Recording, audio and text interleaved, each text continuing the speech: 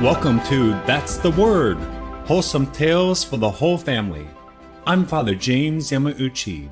Today's story, The Eight Martyrs.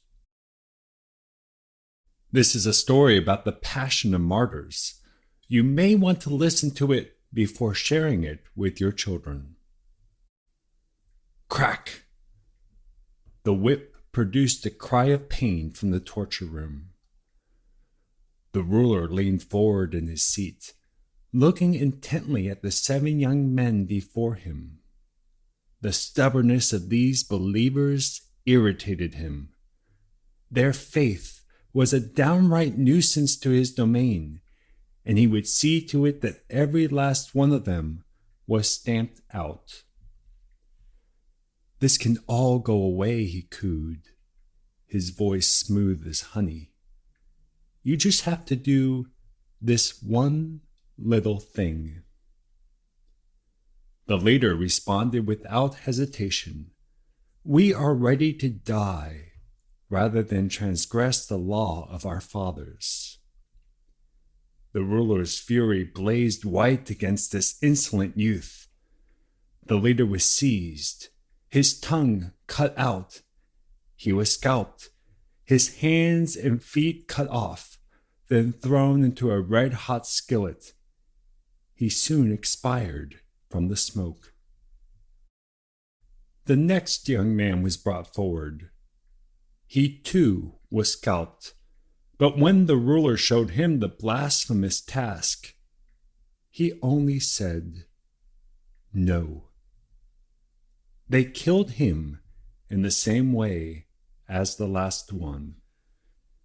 They turned to the third youth, but he stepped forward, stuck out his tongue and hands, and declared, "I got these from heaven, and because of his laws I disdained them, and from him I hope to get them back again."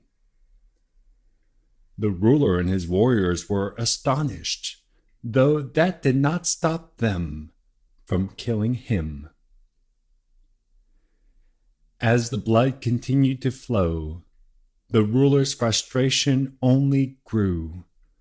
One by one he was dicing and frying the insubordinate young men, but somehow the ruler felt like he was the one losing.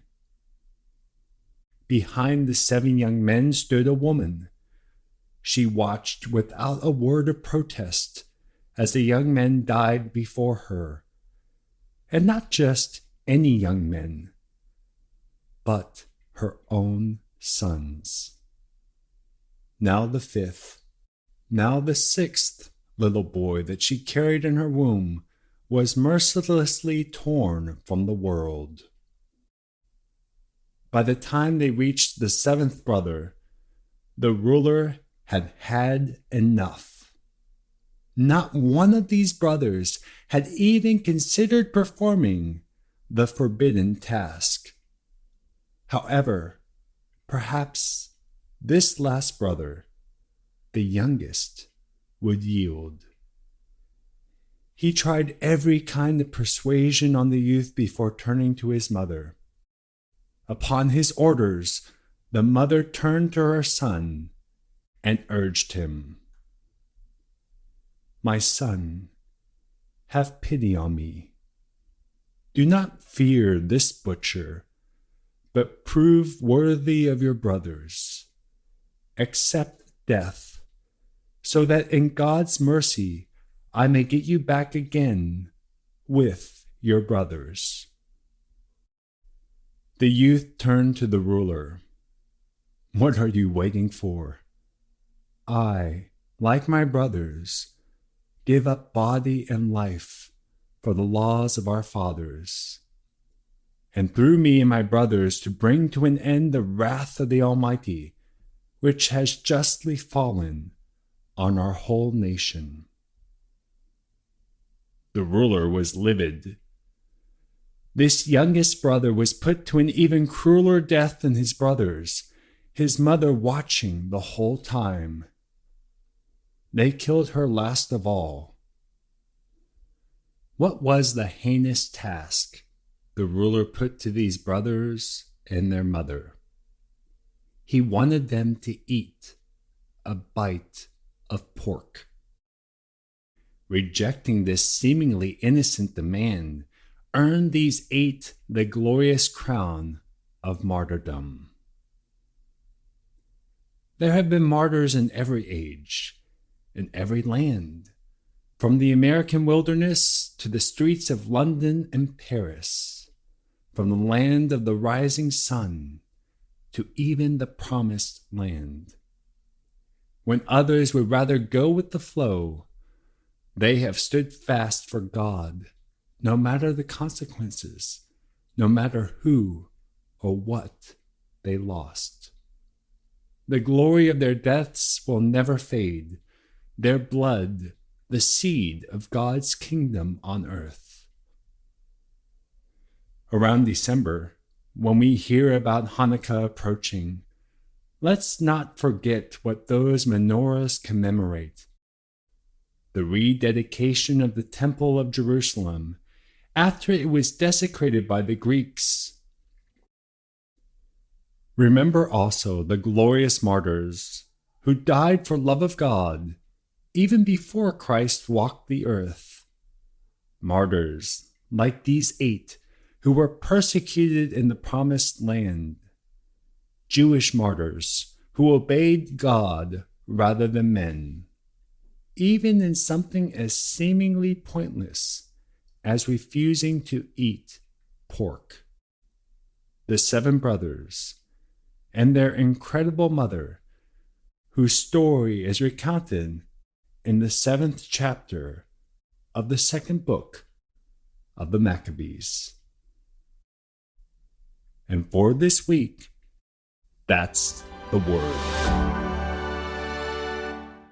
Christos anesti. Alithos anesti. Christ is risen. Indeed, he is risen. Happy Easter, everyone. And this story regarding these 7 brothers, I know people may ask the question, well, why were they not allowed to eat pork?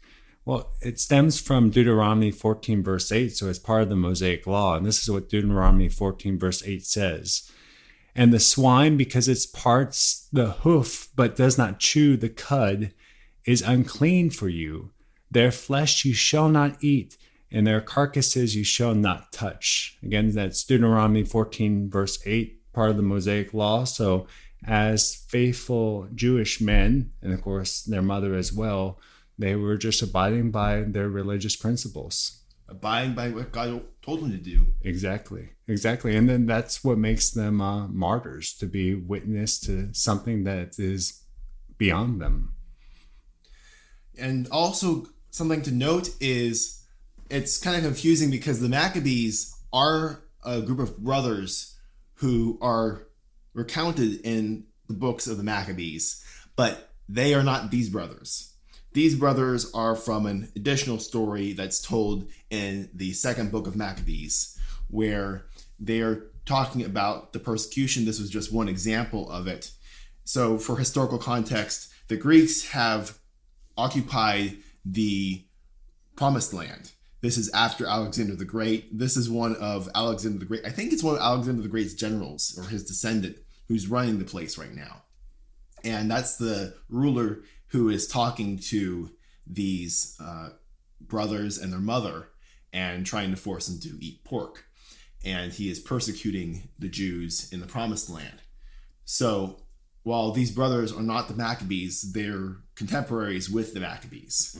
And also, just to put it into context, you mentioned Alexander the Great. So this isn't long before the birth of Christ. Only a few hundred years. So that's an important thing to remember as well. You know, I still remember in Holy Trinity Seminary when I was a seminarian, because there's at one point during daily mass, I can't remember exactly when, but we do read through this account of what happened to these brothers during mass. They're part of the lectionary. And it seemed like that it's more than one day, because it seemed like that week we had pork for dinner. It was one of those things where it was like, why are we eating pork? Now, of course, the kitchen staff didn't know that we were recounting the Maccabees, but it also just shows that while that's part of the Mosaic law, with the death and resurrection of Christ and the new law that Paul talks about, we are no longer obliged to follow the Mosaic law.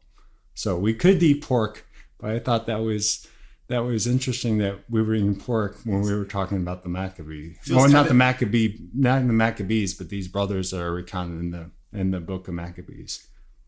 Feels kind of insensitive. Yeah, it does. But at least it caught our attention.